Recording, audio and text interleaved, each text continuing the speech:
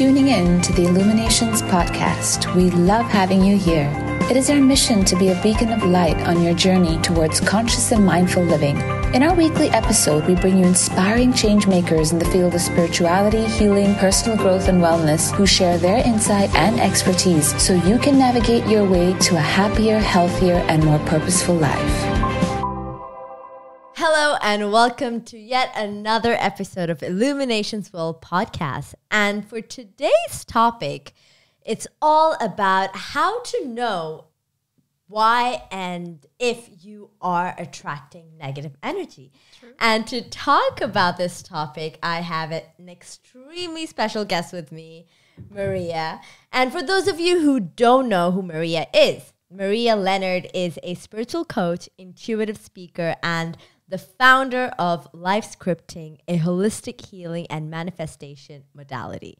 Thank you so much, Maria, for joining me today. How are you? Thank you so much for having me, and I'm really excited to talk about this topic. It's a very commonly wanted and used topic, so yeah, thank you for having me. So just let's dive right into it, right? Mm-hmm. So what exactly is negative energy? Because as far as I know, I've heard this a lot, especially in this industry, and I feel like a lot of people can relate to it, especially when you meet someone for the first time. Sometimes you get this weird vibe, but we don't really know exactly what it is. So can you tell us a little bit more about that? Yeah, sure. I mean, if we want to break it down on a more consciousness level, so there was this psychiatrist called Dr. David Hawkins, and he created something called the map of consciousness. And he was able to do hundreds of thousands of research by using the technique of kinesiology and evaluating people's emotions. And based on those emotions, he created this chart where it helps you to identify that if you have a negative energy or you have a positive one. Now, I know the term negative and positive energy is loosely used a lot, but to think of it practically, it's your emotions. Mm-hmm. How are you actually feeling? Mm-hmm. The two extremes we can say is fear and love.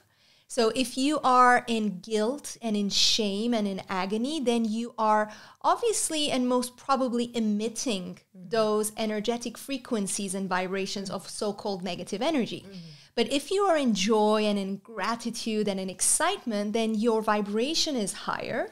And according to that chart, which is fascinating to read and discover, is helping you to understand that you are more into a positive energy kind of space, and you feel that way, and the people around you will feel that as well. Oh, wow. So it's based on, if I'm hearing this correctly, so it's this chart that basically assesses how you feel. Yes. And how you, not only how you feel, but also how the other people feel. Yes. Oh, and it's all based on muscle testing that he's done over the years. And he ended up saying that most people have a difficulty of reaching to those higher level of consciousness, which is, let's say, higher vibrations, because they get stuck in certain frequencies and certain emotions for years and years.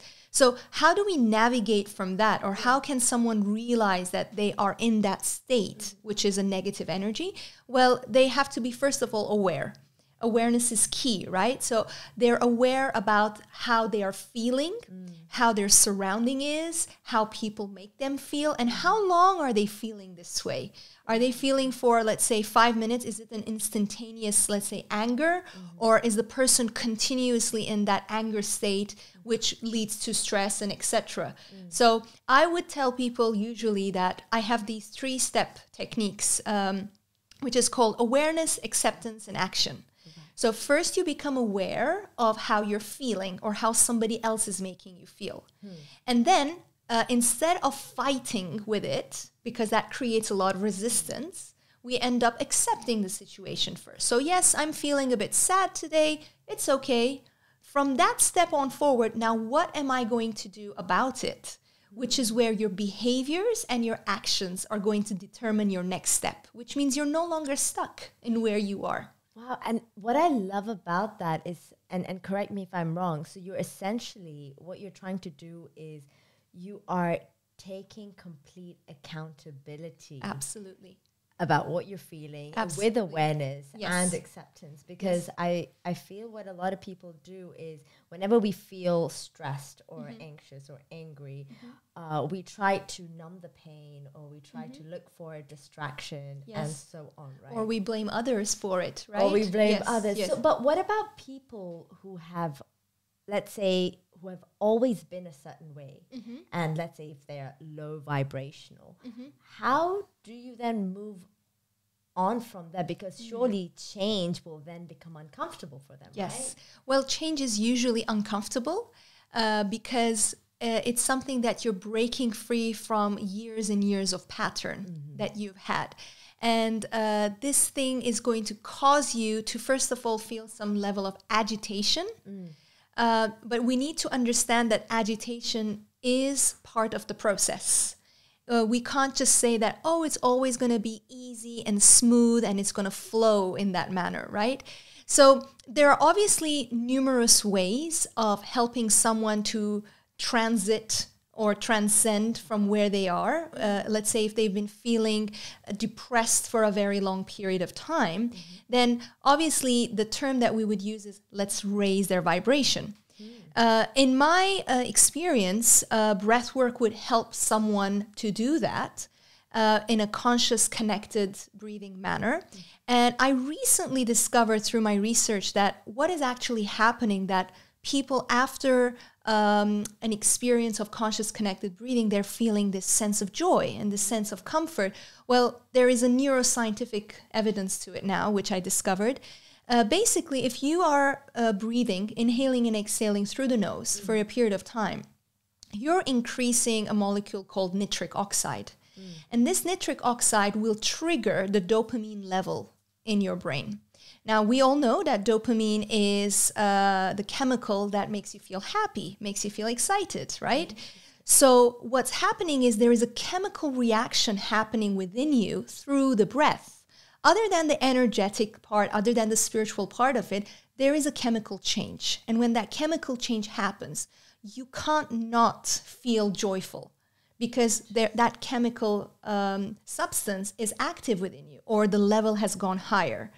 So that's one of the things that I do, and personally it helps me, and it has obviously helped many people as well. Wow, that's so interesting. I didn't know that. And I just wanted to go back a little bit on this word high vibrational and low vibrational. Can you explain a little bit about that? Like, why is it high vibrational? Why is it low vibrational? Well, again, going back to Dr. David Hawkins' concept, it's the emotions. Okay. So I'm sure that there are many other researchers who work on this so they can make it more scientific. I haven't read all of it, but one of the things is also about quantum physics. So it's about how you're feeling and what's happening to your energetic field or the quantum field around you. So there is a level of expansion that happens when you're feeling more high vibrational.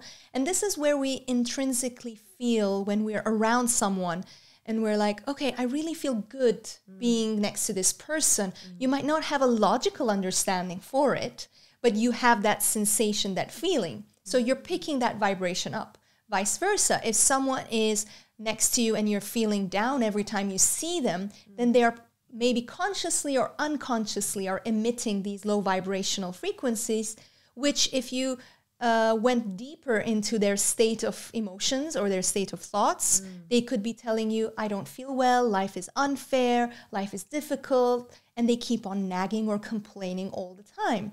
So our environment, the people who we surround ourselves with, and the space that we're in does influence our vibration. Wow. And just based on what you mentioned, I imagine that even if you're not saying anything or if you're not speaking, just based on this field that's around you, people can pick up on who you are and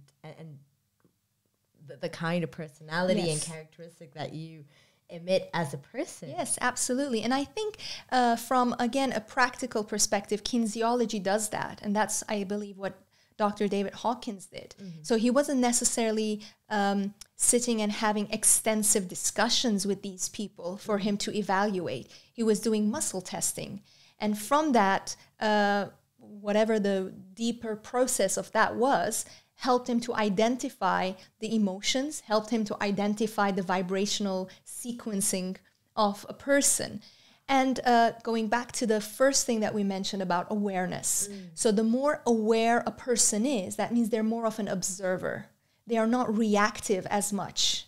So let's say you are driving on Sheikh Zayed Road and there is excessive traffic. So if you immediately react and you're like, oh, why is it like this, etc. So you just reacted, you gave in to the situation, and you just brought your emotional state down. You probably increased your cortisol level as well, which is your fight or flight or stress hormones, and you decreased your dopamine level. But if you are just saying, okay, this is what it is, going back to the idea of acceptance and awareness simultaneously, knowing that, okay, this is the situation, whatever it is, I can overcome it. Again, reprogramming the mind with your words and with your state of being, with your actions and your reactions, then you no longer allow yourself to dip into those deep, let's say, sticky situations. So you kind of go more into responding rather than reacting. Yes, I like that. Yeah, responding rather than reacting. Interesting. So now to just divert a little bit, to go a little bit more spiritual. Right. So in a lot of cultures, like the Indian culture and like the Arabic culture and so on, there's this little concept called the evil eye. Right. So can you shed some light on that? What exactly is an evil eye? Is it even true, or is it a load of bull?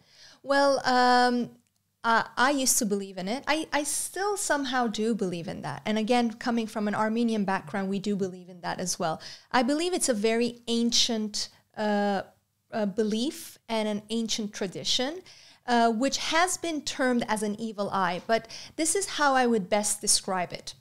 If you are everything that gives focus. So if you're continuously focused on someone, whether positively or negatively, praising them or criticizing them, then you end up emitting all these energies towards the person because you're focused. And there is a term that says energy follows thought, or energy goes where intention goes, right? Yes. So if I'm continuously thinking about someone in an unhealthy manner, I like to use the word unhealthy compared to negative, then what I'm doing is I'm creating this energetic field around them, influencing them. Now, we have to remember that that person who is, let's say, the subject of my attention needs to allow this.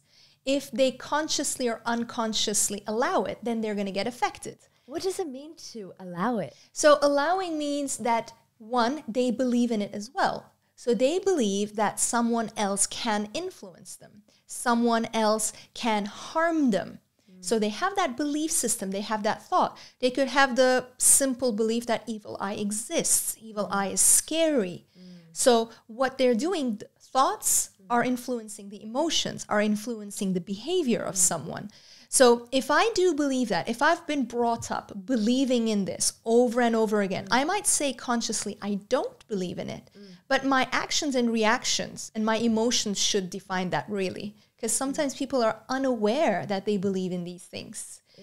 So going back to that idea, so if I am focused on someone and I'm emitting all these unhealthy thoughts, I'm jealous of them, I don't want their success, I'm comparing myself to them. And the subject of the receiver of this is having lack of confidence, believes that they are a victim, have helplessness thought forms within themselves, then they can easily be affected by that. And they can let themselves to blame that the evil eye has affected them eventually. So I would put it in a statement that if you allow it, whether it's a criticism or a praise, you're going to feel it, think it, and become it. Has there been any form of scientific studies or tests or anything around? Well, I'm not, I personally haven't researched about this particular tradition of an evil eye, but there are numerous studies or psychological experiments where one of the things that they do is they put a person in a circle and they surround them with a few people. And those people will end up just saying all these negative statements to the person, and you can read by their body language how they start to create this curved or this fetus-like state where they're feeling extremely vulnerable because there's like these targets happening to this person, and vice versa. Surrounding a person with all this praising and upliftment, you start to feel that this person is feeling more confident. Their physical body language is shifting, and there's a smile on their face, etc. It's just like that experiment with the Japanese researcher and the plants and the water. Yes, Dr. Emoto. Yes, exactly. Exactly. So, wow, I had no idea. Which gives us to the idea that our space is influenced by our thoughts as well.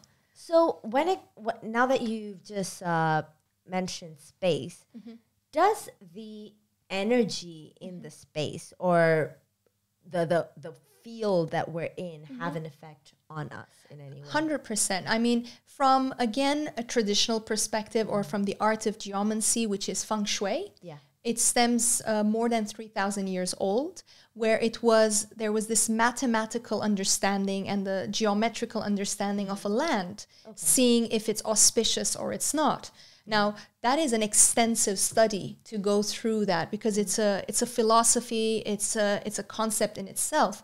But let's think of it this way. I mean, I always equate it to an aquarium, a fish in an aquarium, and the water is filthy.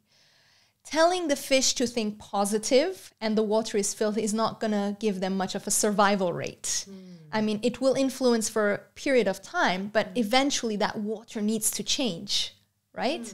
So, because that's going to influence their physical well-being and they're going to survive. So, if we thought of it from an energy point of view and from a clutter or a decluttered point of view, what we surround ourselves with, the objects that we have, the electromagnetic frequencies that we surround ourselves with obviously we have so much technology these days, and they emit certain frequencies which are not healthy for the body. So saying that these things don't exist and I can positive think myself through it is not going to do much of an influence. Eventually, you will not feel comfortable. What it can do actually with your positive thinking would make you realize, I want to move out of here. And you would consciously move your space, but you might have not realized that it's the influence of all of that. What if, like you mentioned, we were to not allow it or not believe in it? Right. Well, we need to understand what we live in a physical world. So we also have to bring in the equation of what matter does around us. Again, going back to the aquarium concept. So or think about food. So if you're going to have junk food every day, and you're going to really train yourself in a placebo effect that, no, I'm having healthy food. That takes a lot of energy, a lot of practice, a lot of resilience. Would it actually work? Yes. How fast? I think it would take years for someone, because think of it from a perspective of changing one belief is taking us months and years, right? You go to healing sessions, to therapy, and you start to say, I know this, I shouldn't do it, but I still do that because you're wired that way. So yes, allowance is key, but also you have to observe your environment. If you are going to be in an abusive relationship every day and tell yourself it's okay, you can survive through it, but can you thrive? I don't think so. It's a big question mark there. I love that statement that you made. Can you thrive? Because when you think about it, being human or being alive, it's not just about existing. Absolutely. It's about thriving, right? So what are your suggestions or your tips on raising the vibrations? Right. Whether it's within your body, whether it's in your environment, or if you have very low vibrations, what do you do? Right. I think breathing would help everyone. Every single person can benefit from breathing. Doing a conscious connected breathing exercise, which means not having breath retentions, keeping it connected. One of the easiest and fastest ones that I teach everyone is called 20 connected breathing. So you breathe fast breaths for 4 counts. So you go from the nose. And the 5th one long and deep. and you do that 4 times, you will start to feel your blood flowing and a rise of an oxygen rate in your bloodstream, and you will start to feel focused immediately. Obviously not doing this while you're driving or operating any heavy machinery, because you could feel lightheaded if you've been subventilating, which means you've been suppressing emotions. Then this could really surface that, and you might feel that you're hyperventilating.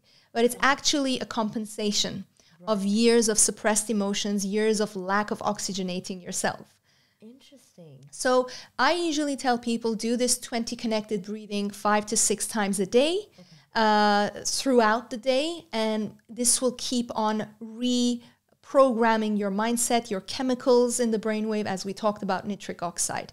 That's from a breathing perspective. Obviously, meditation helps, but what type of meditation, it differs from one person to the other. Some people need a visualization meditation because what's key in meditation is focus. Yeah. According to neuroplasticity, it's the focus that creates the new neural pathways to be created, and then resting afterwards. So focus and then resting. These two things need to come hand in hand in order for someone to reach to a desired outcome. So the focus is, let's say, if I'm meditating for 15 minutes, focusing on my breath or visualizing an outcome or a state of being that I want to be in. I want to feel joy. So I just keep on focusing on that. I am feeling joy. I'm feeling excitement in a focused manner. Of course, your mind will say, but you're not. It will try to sabotage it. But doing it consecutively and consistently will help you reach to that state of vibrational shift. Yeah. And from an environment perspective or a space perspective, I always say start by decluttering. Let's be practical from that way. I mean, look at your environment. How cluttered, how organized or unorganized is it? And what about the objects that you hold? Are they really serving a purpose? Or are they just objects to gather dust? For me, everything in my space has a certain sentimental value, or it has a meaning, it has a purpose.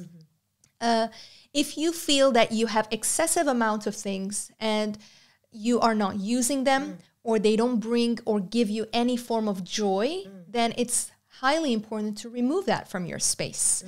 Other simple methods is like bringing in daylight to the house. So sunlight, daylight would actually shift the energy, opening the windows, opening the doors 10 minutes a day. I mean, these are things that anyone can do. Whether you believe in energy or not, you will feel like there is a change in the smell and the air of where you are living in. Just through daylight. Yes, exactly. And this is why I personally had to move houses in Dubai when I moved here 8 years ago, because the apartment that we used to live in, we only had daylight for about 2 hours a day, and the rest we had to turn on the lights. And for me, that felt very gloomy, and it felt unnatural.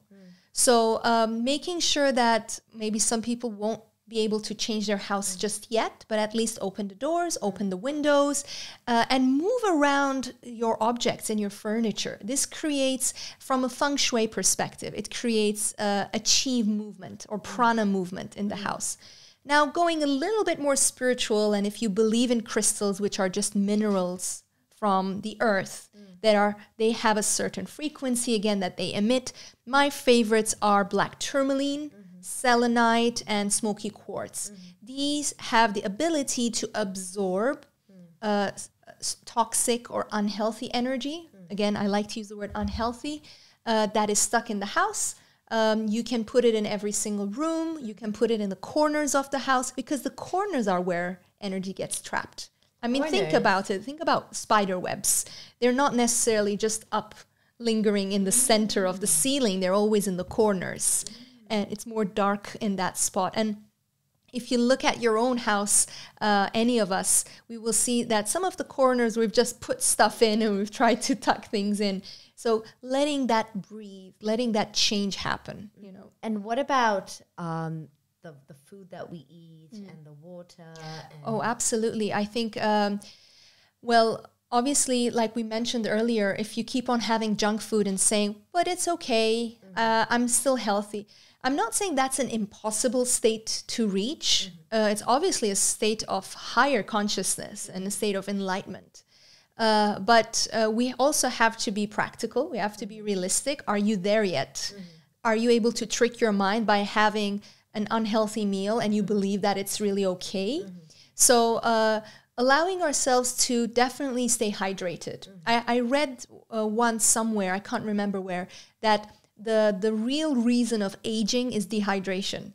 So the cells are dehydrated. And that was quite interesting for me, because I've noticed over the last year, by switching from 1 liter of drinking water to 3 liters, how different I feel. Obviously, how different my body feels as well. So definitely eating and drinking healthier food. I want to specify on that, though, there is no one food that fits everyone. So just saying that, let's say, avocado is healthy fat doesn't mean that it's going to work for every single person. Yeah. So I think you would need a specialist, a nutritionist, an Ayurvedic doctor. Considering that everyone has different body types, absolutely, and compositions, and so on. Absolutely. Just before we end, there's a little bit that I wanted to just touch base on, which is crystals. Because I know there are loads of people out there who are like, I think it doesn't work. Or why do they work? It's everybody's crazy about crystals, but do they really work?